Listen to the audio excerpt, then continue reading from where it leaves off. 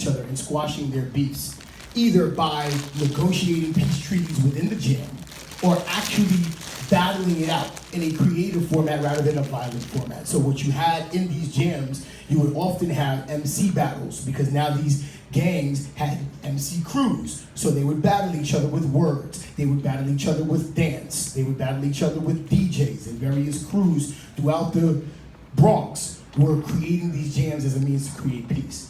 But among that is the MC, and the MC is taken from all these other older oral traditions, right? The MC is an amalgam of stand-up comedians, radio DJ personalities within the urban community, but then also poets, right? So people like the Last Poets, if you're very familiar with the Last Poets, they coined the phrase, "the revolution will not be televised," right? And they had a similar poem that spoke about revolution, right? But I introduced the idea of rhythmic speaking over conga drums, if you listen to their compositions. I'll actually play one so you guys can hear it and get a sense of what that is. Let's see if I have it here. If I don't, I apologize, but actually I don't. But maybe if I find it, I'll play it later. But the Last Poets had a form of rhythmic speaking that, though familiar, they created it and they reintroduced it in a very innovative way.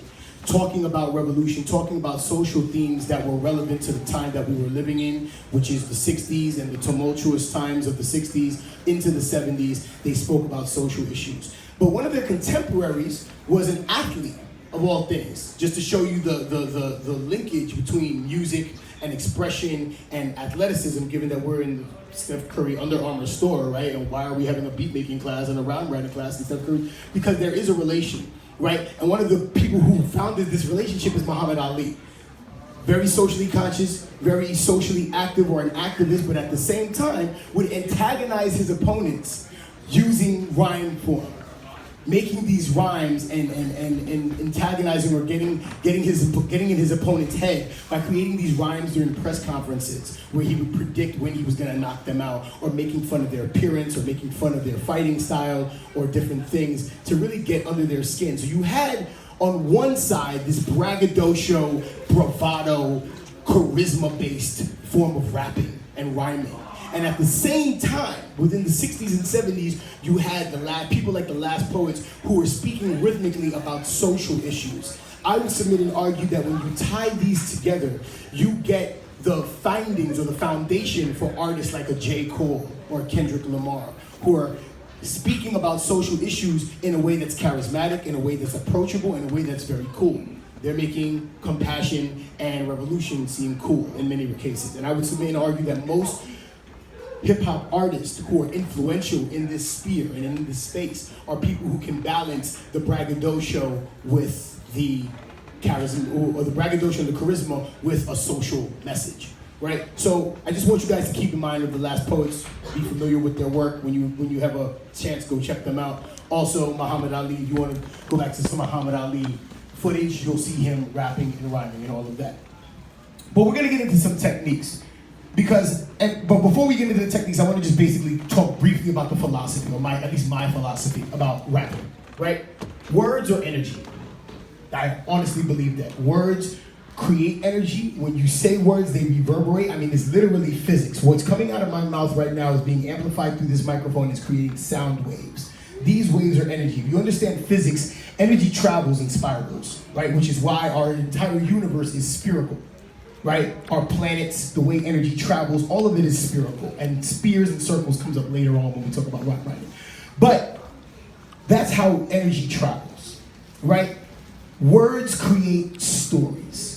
Stories instill narratives. Now, the word story and narrative are synonymous with one another, but when I say narratives, what I'm talking about primarily is the moral of the story. If you're familiar with Aesop's fables, you understand like the wind and the sun and how there was a moral to the story, the tortoise and the hare, there was morals to the story, right? So narratives are ultimately the moral to the story. So if I give you a narrative like, don't go into dark corners, right? If I'm telling you do not go into dark corners, right? Your entire life you hear about not going into dark corners. You hear stories about how dark corners can hurt you, or If they can make, they're dangerous, right? And you hear that perpetually throughout your life. You will avoid dark corners or have a negative perception of dark corners throughout your entire life. Now, replace the term dark corners with blackmail. And see how that affects people. When you hear or you see narratives being implemented to you saying something is dangerous, you will try your best to avoid those situations. So stories instill narratives. Narratives shape and frame our worldview. Our worldview dictates our behavior patterns. So words, starting with words, literally create our reality. The words that we accept and the words that we use create our reality, right?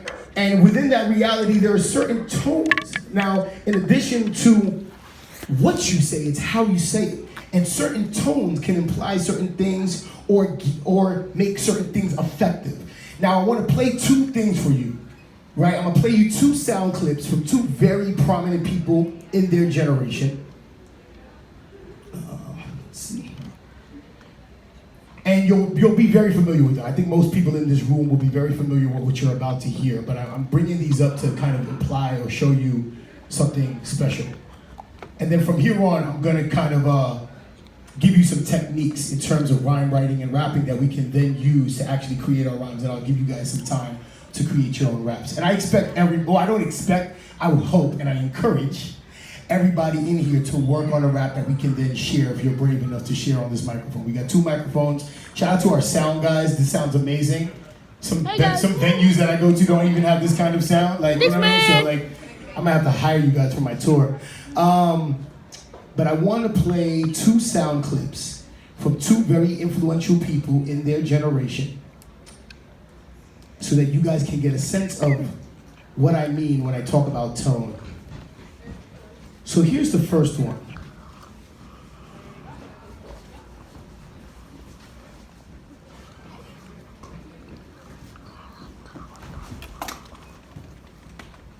I have a dream.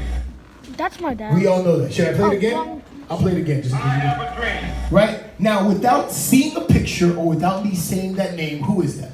Martin Luther King Jr. Everybody knows that. Martin Luther King arguably owns those words, not only because of how he said it, but in the choices he used to bring those words up, in the poetic phrasing, but in the tonality, in his intent, in how he says it. He owns those words. You can't hear those words without seeing his face. You can't hear those words without picturing him on the steps at Washington and what those words imply. Now I'm gonna play you another sound clip from another person that also talks about dreams. It was all a dream. Does anybody know that? Yeah. Some of you guys can finish the verse in your head, right? You know what I'm saying? I finish the verse every day of my life, right?